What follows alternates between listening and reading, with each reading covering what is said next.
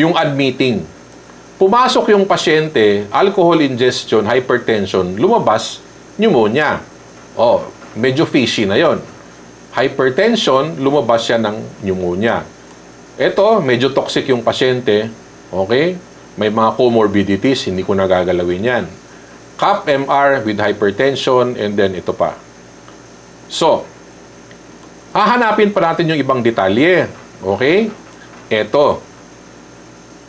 They will now continue. Okay? So, pag na-generate na nila yung pangalan, sino ho yung may mga short length of stay, hingi na ho sila ng clinical chart.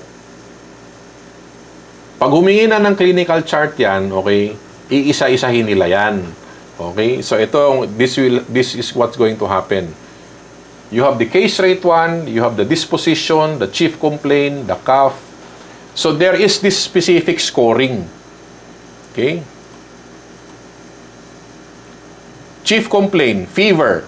Okay? May cough ba? Meron. May findings ba sa chest PE? May findings. The RR is 22. Yung BP, ganyan. Pansinin nyo ho, gaano ka-detalyado yan. So, hihingi ho sila ng clinical chart. Titingnan ngayon nila. Okay? But again, the basis po is the short length of stay. Can you imagine, guguluhin ho kayo, hihingihan ho kayo ng 50 charts. 30 charts, 50 charts, 100 charts. Okay? And then, they will do it this way. Iisa-isahin ho yan.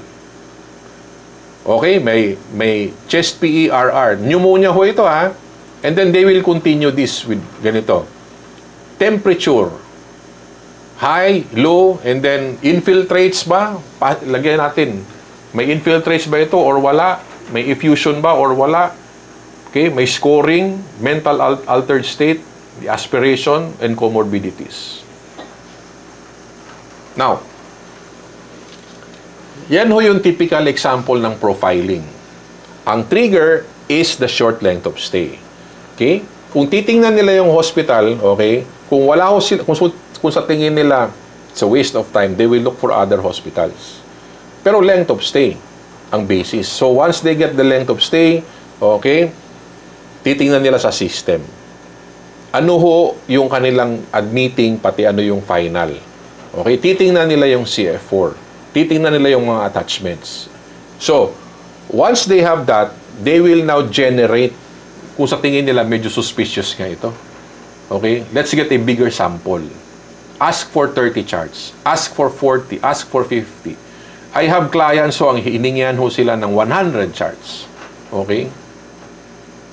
So, magugulat kayo, yung 100 matagal ho yan. Okay? Kasi hindi lang kayo ang hiningihan. Ang dami. Again, okay? What is the trigger? That is the length of stay. Okay? Kaya po, yung mga quality policies dati na circular, okay? Pansinin nyo, length of stay ho, ang basis ng denial. Pero of course, tinanggal nila yon. Ulitin ko ha, yung length of stay rule, tinanggal. Ang nakasulat, it will not be a basis for denial of the claim, which is sinunod ni PhilHealth. Hindi na madideny yung claim mo kapag short length of stay ka. Ang hindi nila sinabi is gagamitin nila yung data sa post-audit at sa ibang klaseng audit.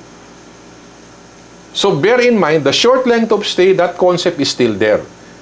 Hindi lang nila ginamit sa pag-deny, but that is the basis or the trigger, okay, for checking if it is suspicious or not.